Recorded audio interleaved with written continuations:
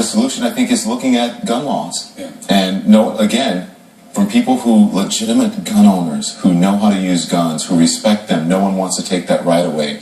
But we have to look at who is in possession of these guns and how they're getting into the hands of the wrong people. Case in point, Chicago 500th homicide. Don, thank you very much. We're going to continue this conversation now.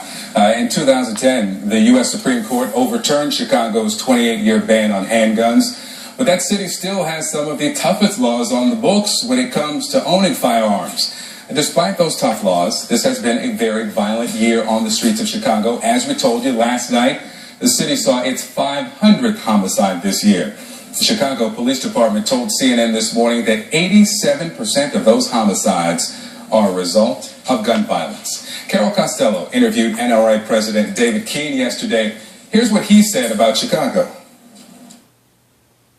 I'll tell you who I'd like to have indicted and prosecuted: the people in Chicago, the criminals in Chicago who've made that one of the most violent cities in America. You know, in Chicago, there's less chance that you'll be prosecuted under federal firearms laws than in almost any major city in this country, and that's a crime.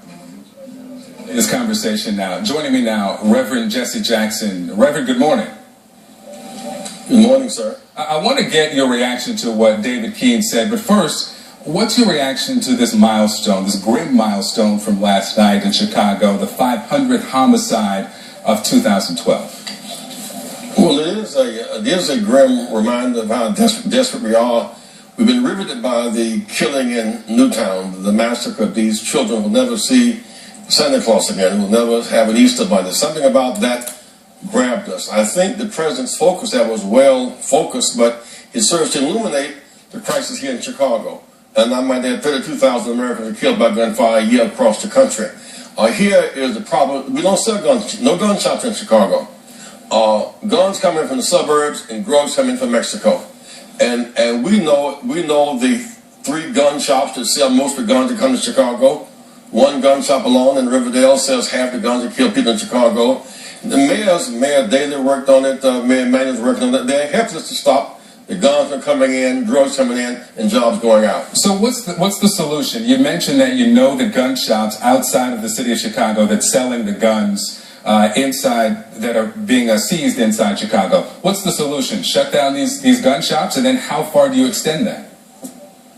Well, that's a part of it. I also think if you look at Austin, you look at Rosedale or Roseland, you look at Inglewood, you're talking about 40+% unemployment. That's a factor in this. You're looking at the low intensity drug, gun war that's taking place, where it is the gun manufacturers are making money, the drug peddlers are making money, so it's really a low intensity war. We always need to revive the ban on assault weapons. Then gun manufacturers should be as liable when someone is killed with their weapon as the cigarette manufacturers when they're killed with their product as well. So you think they should be sued by the government? The TR Amendment.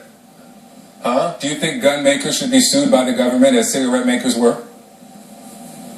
Oh yes, I think that it's one thing I think for the official militia to have guns, but these assault weapons, you know that 25% of all police are killed by these weapons.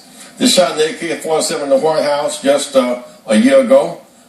These weapons only can kill people in classrooms and theaters. They can also shoot down airplanes. This really is a matter of homeland security. This is not just a matter of having my little gun to play with. You want a gun for your house, you got it.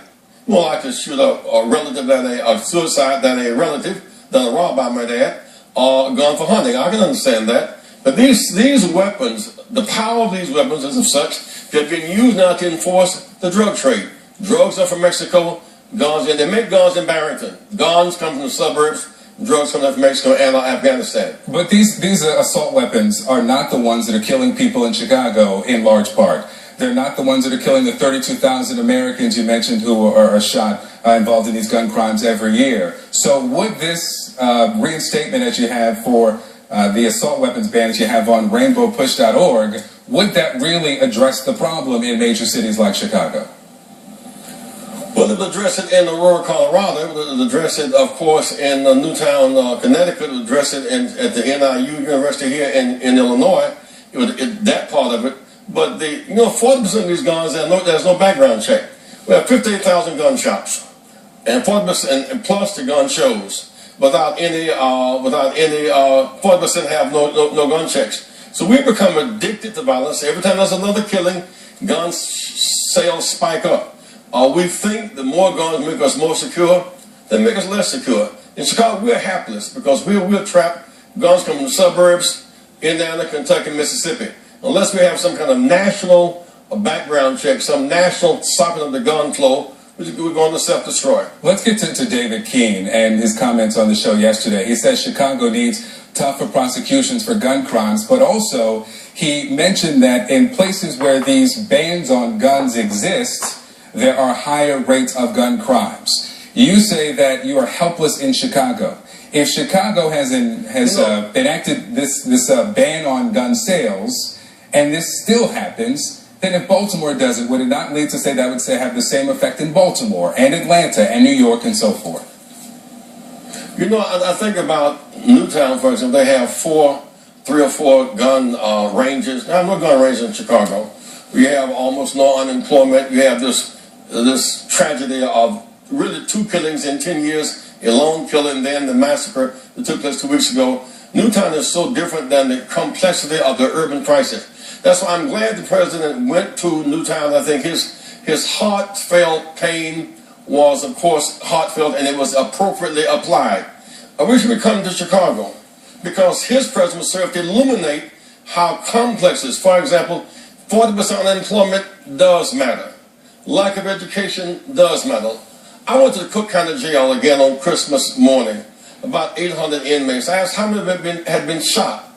3/4 stood up. I asked them, you've been shot and you shot somebody. Will you join us in the drive to stop the gun flow? We must talk to the victims of the gunshots and those who are doing the shooting.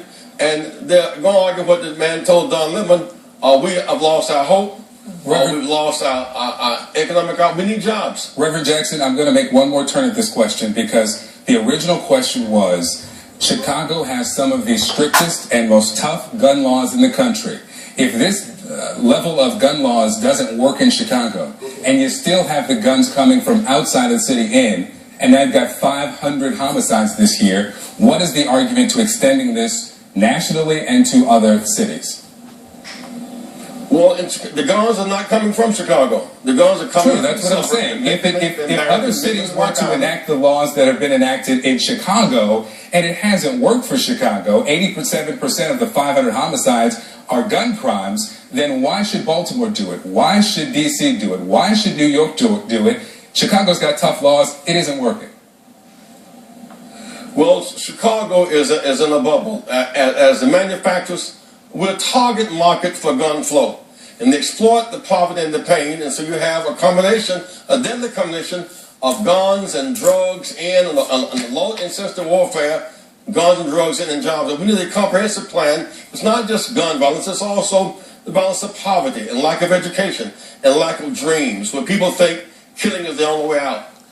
And so we need a comprehensive plan. This is the need for an urban policy for reconstruction. Not just gun violence alone is the issue here.